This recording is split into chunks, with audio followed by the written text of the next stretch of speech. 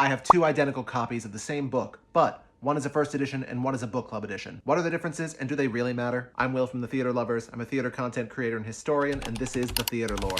Book of the Month clubs work with publishers to sell cheaper copies of books to a larger audience as a package to their subscribers. And publishers like it because it's more visibility to their product. So book clubs would make near identical copies to sell to their audience, but they'd be labeled as a book club edition somewhere. And there are a lot of differences when you're looking for them. The biggest thing is the book club editions are a little less decorative. The colored edges on this first edition are not present on the book club edition. The book club edition is going to be thinner because they're using a thinner paper, maybe a lower paper quality. Sometimes you'll see foxing, which is the little dots that appear. Dots that appear. She's not appearing. The dust jacket quality differs.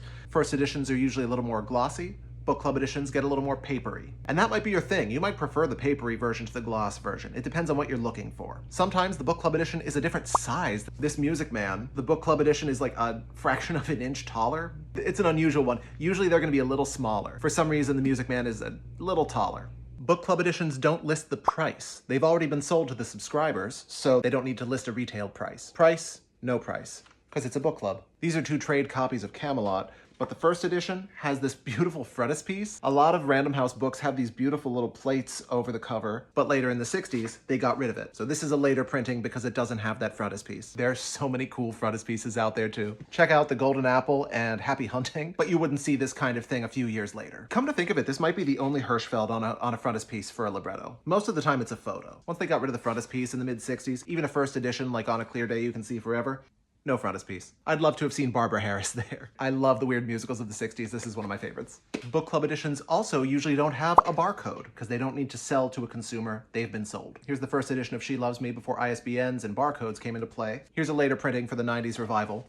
No barcode. But this one was signed by Sheldon Harnick and I love it. For theater, at least, there are a lot more book club editions of scripts than there are trade copies. And that inherently makes book club editions less collectible. There's more of them. So are first editions inherently more valuable? Not really. Every book has a first edition. Every book has a first printing. It's all about what someone is willing to pay for it. Collectors typically want first editions because they want to live vicariously through that experience. Getting to say, I saw something special here first. First edition, book club. The differences are small. I'm just excited to read these shows. The edition and collectability doesn't matter to me as much as being able to find these shows. Theater scripts are already hard enough to find. I don't want to limit myself to just first editions. I'm so lucky to have 3 copies of something like this just to be able to show the differences between these 3. And I didn't even have to subscribe to that book club. I don't really have a button for this, but how sweet is this cover? I love Barbara Cook.